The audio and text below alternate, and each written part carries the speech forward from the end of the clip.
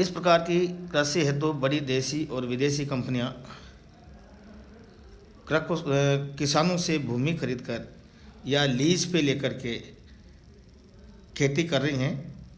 ये आर्थिक दृष्टि से अत्यंत लाभकारी तो है, किंतु सामाजिक एवं पर्यावरण की दृष्टि से ये चिंताजनक है, या इन दोनों ही सामाजिक और पर्यावरण की दृष्टि से ये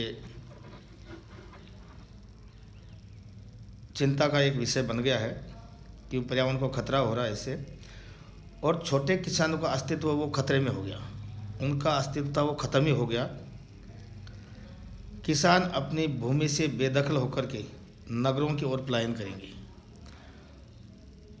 क्योंकि इसमें सबसे ज़्यादा जो नुकसान होगा वो छोटे किसानों को होगा, क्योंकि उन्होंने करार कर लिया और अपनी जो भूमि थी वो पट्टे पे या लीज पे कंपनियों को दे दी, तो वो उनके पास खेती संबंधी कार्य करने के लिए कुछ बचेगा नहीं।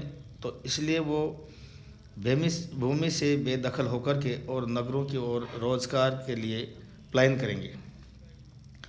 भारतीय नगर इस पलायन को झेल नहीं पाएंगे, क्योंकि भारतीय नगरों की इतनी वो, अगर ग्रामीण क्षेत्र के किसान नगरों की ओर जाएंगे, वहाँ पलायन करेंगे, तो वो वहाँ पर उनको बसने के लिए एक बहुत बड़ी समस्या आएगी। और इस कॉर्पोरेट कृषि में नकदी फसलों को वरीयता से खाद्यान्न संकट पैदा हो जाएगा। इसमें क्या है कि जो कैश क्रॉप है वो फसलें ही बोई जाएगी, और जो खाद्यान्न फसलें हैं उनका अस्तित्व खत्म हो जाए तो एक ये खाद्यान्न का संकट भी पैदा हो जाएगा। तो ये लाभकारी होने के साथ साथ एक ये हानिकारक भी सिद्ध हो रही है। थर्ड है फ्लोरिकल्चर, पुष्प कृषि, फूलों की खेती।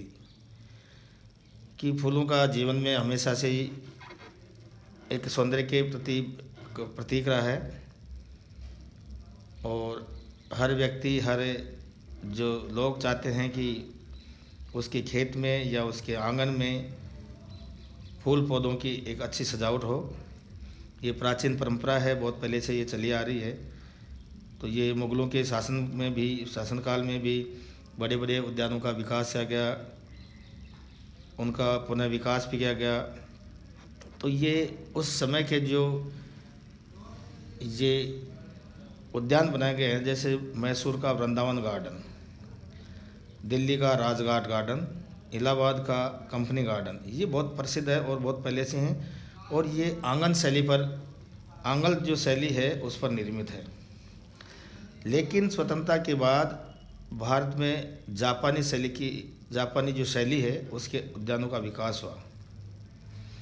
जैसे दिल्ली में बुद्ध जयंती पार्क, इस शैली का जो जापान शैली है उसका एक बहुत बड़ा उदाहरण है। तो ये बहुत पहले से चला रहा है। फूलों का व्यापार साज सज्जा करने के लिए, उपहार के लिए, घरों में, कार्यालयों में, है ना। तो ये उद्योग जैसा पनप गया है, पुष्प उद्योग, जिसमें अलग अलग प्रकार के जो पुष्प हैं, जैसे गुलाब हैं, ग्लेडियोस है, ट्यूबरोज है और क्रासंदा है। तो ये इस प्रकार के जो फूलों की कृषि की जा रही है, और ये बड़े बड़े कार्यालयों में, ऑफिसों में इनका उपयोग होता है। वर्तमान में भारत में लगभग 1.14 लाख हेक्टेयर भूमि पर फूलों की खेती होती है। भारत में फूलों का जो निर्यात है 1989 में प्रारंभ हुआ था, और इस जो निर्यात का सबसे ज़्यादा मांग थी, या इसका जो सबसे ज़्यादा निर्यात